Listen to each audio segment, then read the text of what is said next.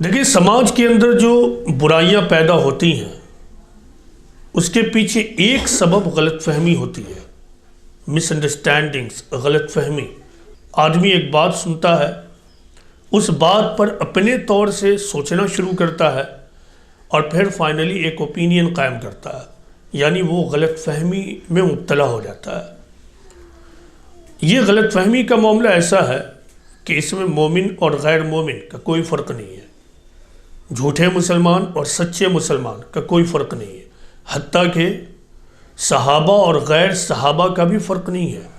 یعنی صحابہ کے درجے کا انسان بھی غلط فہمی میں مبتلا ہو سکتا ہے۔ اس کی ایک مثال لیجیے، روایتوں میں یہ بات آتی ہے کہ حضرت عائشہ رضی اللہ عنہا فرماتی ہیں کہ ایک رات میری نیند ٹوٹی، میں نے دیکھا کہ پیغمبر اسلام محمد صلی اللہ علیہ وسلم موجود نہیں ہیں۔ میں نے سوچا کہ وہ اپنی دوسری بیویوں کے پاس گئے ہوں گے۔ میں نے ڈھونڈنا شروع کیا تو میں نے پایا کہ آپ مسجد کے اندر سجدہ ریز ہیں یا رکوع کی حالت میں ہیں۔ میں نے قریب جا کر کہا کہ اللہ کے رسول، آپ کے اوپر میرے والد اور میری ماں قربان ہوں، میں کسی اور کیفیت میں ہوں اور آپ کسی اور ہی کیفیت میں ہیں۔ اب اس روایت پر غور کیجئے کہ حضرت عائشہ رضی اللہ عنہا نے ایک بات سوچی۔ انہوں نے یہ سوچا کہ پیغمبر اسلام اس وقت ابھی اپنی دوسری بیوی کے پاس ہوں گے، مگر آپ مسجد میں تھے۔ آپ نے یہ سوچا کہ آپ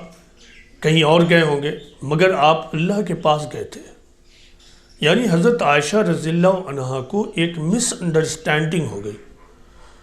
اب غور کیجئے کہ صحابے کے درجہ کا انسان بھی مس انڈرسٹینڈنگ اور غلط فہمی سے نہیں بچ سکتا ہے، تو ہم اور آپ تو اس معاملے میں اور زیادہ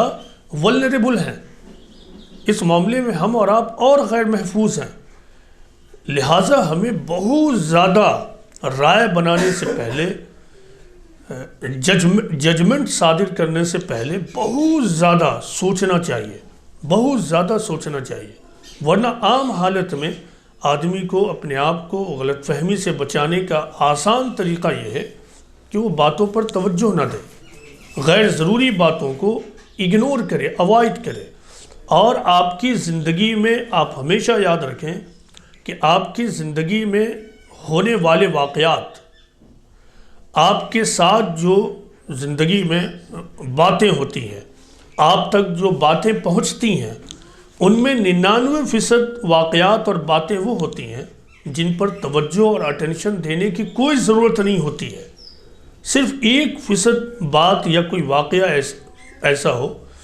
جس پر واقعتاً آپ کے اوپر لازمی ہو جائے کہ کوئی اوپینین قائم کیجیے، تو پھر اس کی شرط کیا ہے کہ آپ تحقیق کر لیں، آپ اسکروٹنی کریں،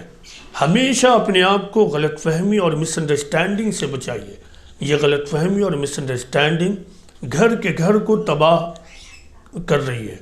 یہ مس انڈرسٹینڈنگ اور غلط فہمی رشتے کو برباد کر رہے ہیں۔ اسی لیے اپنے آپ کو غلط فہمی اور مس انڈرسٹینڈنگ سے بچائیے۔ اسلامی تعلیم اس معاملے میں یہ ہے کہ ہمیشہ دوسروں کے بارے میں اچھی رائے بنائیں، ہمیشہ دوسروں کے بارے میں خوش گمانی رکھیں، ہمیشہ دوسروں کے بارے میں اپنے سینے میں اچھی سوچ کو پرورش دیں، اپنی ذہن کو، اپنے دماغ کو نگیٹیوٹی سے بچائیں، اپنے اندر یہ صفت پیدا کریں کہ آپ منفی چیزوں کو بھی، نگیٹو چیزوں کو بھی پازیٹیو آئٹم میں کنورٹ کر سکیں۔ اگر آپ ایسا کر سکیں تو آپ اپنے آپ کو گناہوں سے بھی بچا سکیں گے اور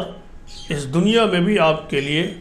stress free, tension free life, سکون سے بھری زندگی، آرام کی نیند، راحت بھری نیند، اور دوسری طرف آپ جو عبادت کریں گے وہ بھی خالص نیت کے ساتھ اور روحانی عبادت کریں گے، وہ عبادت جب کہ آپ خدا سے بالکل اٹیچ ہو جائیں۔ کیونکہ جب آدمی کے ذہن میں نگیٹیوٹی بھری ہوگی تو آدمی سجدے میں ہوگا تو اس میں بھی وہی نگیٹیوٹی آئے گی، وہ قیام میں ہوگا، صورتوں کو پڑھ رہا ہوگا قرآن کی آیتوں کو پڑھ رہا ہوگا لیکن نگیٹیوٹی سے بھرا ہو، ادھر ادھر کی باتیں آئیں گی، نفرت کی باتیں آئیں گی، تو پھر وہ کیسے خدا سے جڑ سکے گا؟ تو اپنے آپ کو غلط فہمی اور نگیٹیوٹی سے بچا